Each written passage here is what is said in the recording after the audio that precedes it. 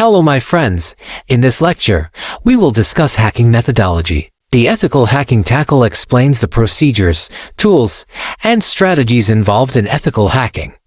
Attackers use a specific process before compromising a system. They first gather information during the footprinting, scanning, enumeration, and vulnerability analysis stages, which they then utilize to exploit the target machine. Today in digital world, the malicious incidents on your network and system can now come from anywhere. Attackers have advanced to the point where they can launch attacks from the perimeter of your internet, network, and internet. The ethical hacking methodology differentiates a malicious hacker from an ethical hacker. What makes the difference is the hacking goals and strategies used. Your job as an ethical hacker is to examine all information systems for dangers and vulnerabilities with the client's permission and successfully address them. An ethical hacker's goal is to aid the company, not to initiate an assault on the systems or networks of other users. You need to become a certified ethical hacker to be able to understand and execute a successful ethical hacking methodology. There are 5 main stages in the ethical hacking methodology, and they corroborate the hacker's goals. The initial step in any hacking process is to gain access to the target system, application, or network using a variety of tools. In order to gain illegal access to the system, the hacker collects as much information as possible about the host, users, and networks.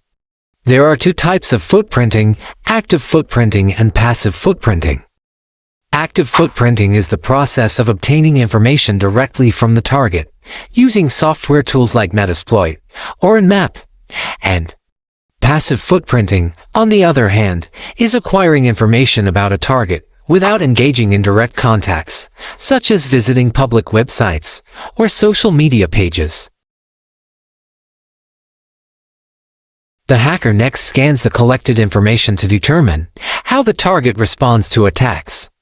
Scanning is necessary before launching an attack. To identify holes in the systems or networks, 3 forms of scanning are used: port scanning, vulnerability scanning, and network mapping. Privilege escalation. The next phase in the ethical hacking process is to gain privileges by exploiting known weakness in the system. The hacker does penetration testing to identify the vulnerability of the system or network. This is then exploited and transmitted around the network in order to get the rights of other users or administrators.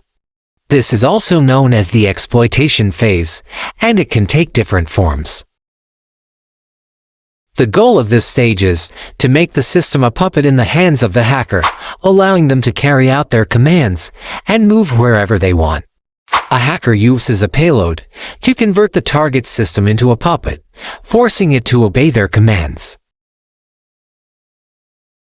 Maintain access.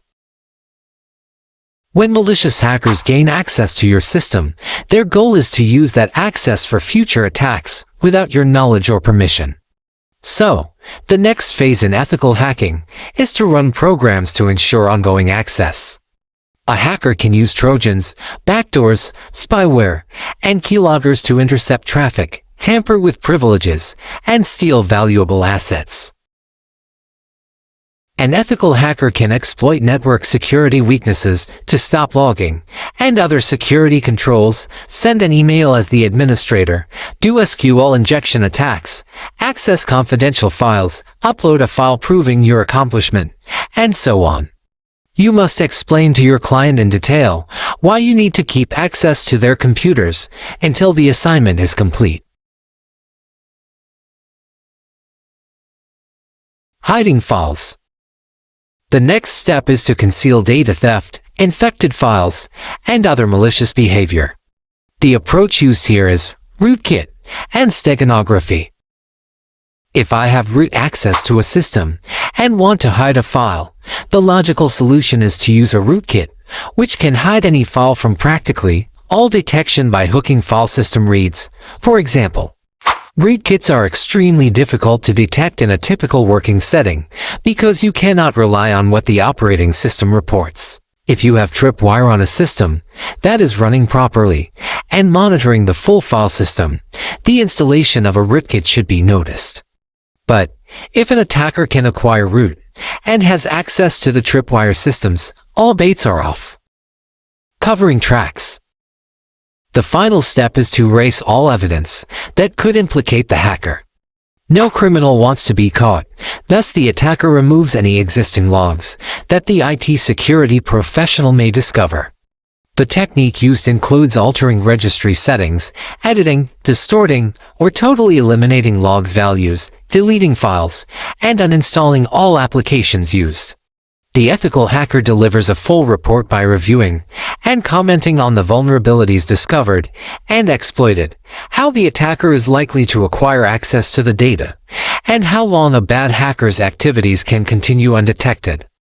Ethical hacker must demonstrate that their objectives were met, or how they may have been achieved more efficiently. Your ethical prowess will affect the quality of your report. Okay, that's for it now. See you in the next video.